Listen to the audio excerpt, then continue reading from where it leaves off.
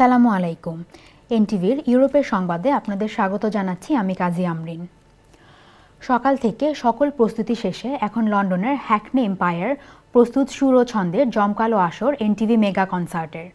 শিল্পী, আয়োজক এবং পরিচালকরা এখন সর্বশেষ মুহূর্তের প্রস্তুতি নিচ্ছেন মেগা কনসার্টকে সফল করার লক্ষ্যে।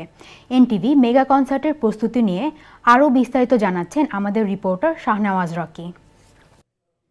হ্যাকনি এম্পায়ারে অনুষ্ঠিত এবারের মেগা কনসার্টে বাংলাদেশ এবং ব্রিটেন মিলিয়ে মোট 10 জন শিল্পী সঙ্গীত পরিবেশনে অংশ নেবে। এছাড়াও এবারের আয়োজনে ব্রিটেনের বাঙালি ফ্যাশন ডিজাইনারদের তুলে ধরতে থাকছে ফ্যাশন শো। আয়োজকরা জানান, মূলত ব্রিটিশ মূলধারা এবং স্থানীয় বাঙালিদের এক করতে এই ধরনের উদ্যোগ গ্রহণ করা হয়েছে। হ্যাকনি এম্পায়ারের এই অনুষ্ঠানে মোট 1300 দর্শনার্থী কনসার্ট উপভোগ করার সুযোগ পাবেন। এছাড়াও বাংলাদেশের শীতার্ত মানুষের পাশে দাঁড়াতে এই কনসার্টে সংগৃহীত অর্থের একটি অংশ ব্যয় করা হবে বাংলাদেশে। সেই সাথে কনসার্টে এইসব দরিদ্রপীড়িত মানুষের পাশে দাঁড়ানোর জন্য আহ্বান জানিয়ে থাকবে চ্যারিটি আপিল।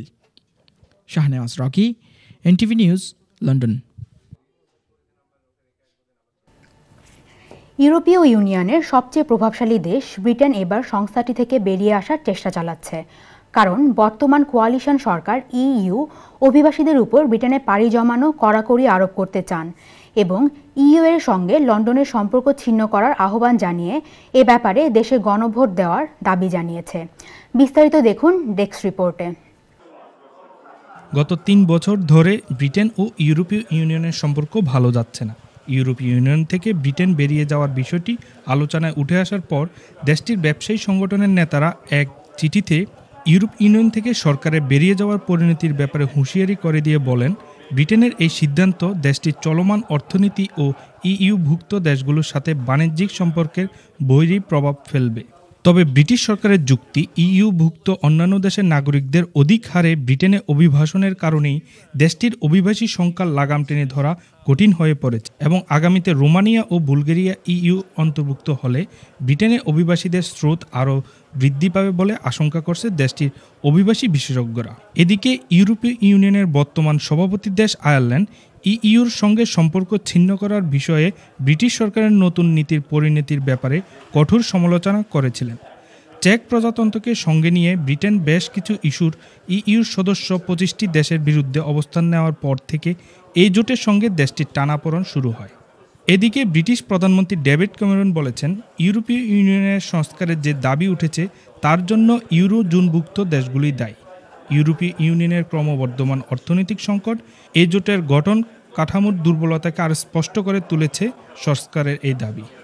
ইইউর অন্তর্ভুক্ত দেশগুলোর অভিবাসীদের জন্য ব্রিটেনে অভিবাসন কীভাবে কমিয়ে আনা যায় সেই বিষয়টি তার সরকার গভীরভাবে খতিয়ে দেখবে বলে জানান ব্রিটিশ প্রধানমন্ত্রী। অন্যদিকে ব্রিটেনের যখন ইউরোপ ইউনিয়নের একঘরে হয়ে পড়েছে, তখন ইইউর প্রতি দেশটির জনগণের সমর্থনও কমে আসছে। বিভিন্ন জনমত জরিপে ফলাফল দেখা গেছে, ব্রিটেনের অর্ধেকেরও বেশি জনগণ চায় লন্ডন ইউরোপীয় ইউনিয়ন থেকে বেরিয়ে আসুক। ব্রিটেনের ক্ষমতাসীন রক্ষণশীল দলও ইইউর সঙ্গে লন্ডনের সম্পর্ক ছিন্ন করার আহ্বান জানিয়ে এই ব্যাপারে দেশের গণভোট দেওয়ার দাবি জানিয়েছেন। দলটির পক্ষ থেকে আরও বলা হয়েছে, ব্রিটেন অর্থনীতির শক্তির দিক থেকে বিশ্বের 7ম স্থানে রয়েছে, তাই ইউরোপ ইউনিয়ন থেকে বের হয়ে আসলে তাদের অর্থনৈতিক কোনো প্রভাব ফেলবে না। Rajib Hasan, NTV news, London. Swami বিবেকানন্দের 150তম জন্মবার্ষিকী উদযাপন উপলক্ষে পূর্ব লন্ডনের হোয়াইট চ্যাপেল বুথ হাউসে হোমলেসদের মাঝে খাবার বিতরণ করেছে সংস্থার সদস্যরা। শনিবার বিবেকানন্দ হিউম্যান সেন্টার লন্ডনের উদ্যোগে এই আয়োজন গ্রহণ করা হয়। এ সময় সেন্টারের পরিচালক রামচন্দ্র সাহা, মিল্টন সাহা ও আশিস রায় জানান, লন্ডন ছাড়াও একই দিনে সংস্থার পক্ষ থেকে বাংলাদেশ ও ভারতের 200 মেধাবী সুবিধাবঞ্চিত শিক্ষার্থীর মাঝে বৃত্তি প্রদান করা হয়েছে। স্বামী বিবেকানন্দের বাণী বিশ্ব মানবতার কাছে পৌঁছে দেওয়ার লক্ষ্যে তার 150তম জন্মবার্ষিকী উপলক্ষে বছরব্যাপী নানা অনুষ্ঠানের আয়োজন করা হয়েছে বলে জানান, যার অংশ হিসেবে 26শে ফেব্রুয়ারি হাউস অফ কমন্সের ট্যারেস প্যাভিলিয়ন এবং 23শে জুন ইউনিভার্সিটি অফ লন্ডনের লোগান হলে বিবেকানন্দের জীবনের উপর বিশেষ আলোচনা অনুষ্ঠানের আয়োজন করা হয়েছে।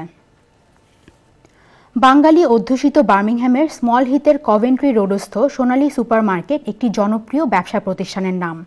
প্রায় 1 যুগ ধরে গ্রাহকপ্রিয়তার শীর্ষ থেকে সফলতার সাথে ব্যবসা চালিয়ে আসছে এই প্রতিষ্ঠানটি।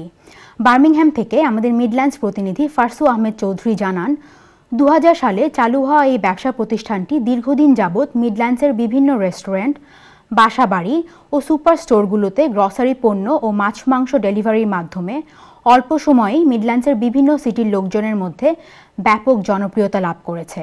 এছাড়া ওল্ডহ্যামেও তাদের একটি শাখা রয়েছে। সোনালী সুপার মার্কেট বার্মিংহ্যাম শাখার পরিচালক শেখ মোহাম্মদ সিরাজ উদ্দিন ও শেখ মোহাম্মদ বশির উদ্দিন জানান, আমাদের সকল ভাইদের সম্মিলিত প্রচেষ্টায় পারিবারিকভাবে পরিচালিত উক্ত ব্যবসা শুরু থেকেই আমরা বাংলাদেশ, ভারত, থাইল্যান্ড সহ বিশ্বের বিভিন্ন দেশ থেকে ফ্রেশ শাকসবজি, ফলমূল, মাছ সহ নিত্য প্রয়োজনীয় জিনিসপত্র সরবরাহ ও সময়োপযোগী সিদ্ধান্ত গ্রাহক সেবার বৃদ্ধির মাধ্যমে আমাদের প্রতিষ্ঠানটি মিডল্যান্ডসের এশিয়ান কমিউনিটির অপূরণীয় চাহিদা পূরণ করে আসছে।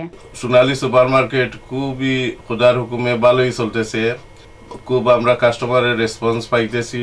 এর সাথে আমরা এখন নতুন একটি ব্রাঞ্চ খুলছি ওল্ডহ্যাম শহরে, ওইটাও খুব ভালো চলতেছে। এই ছিল আমাদের হাতে আজকের ইউরোপের সংবাদ। নিচ্ছি ছোট্ট একটি বিজ্ঞাপন বিরতি। ফিরে এসে থাকছে আমাদের নিয়মিত আয়োজন প্রতিদিনের সিলেক্ট।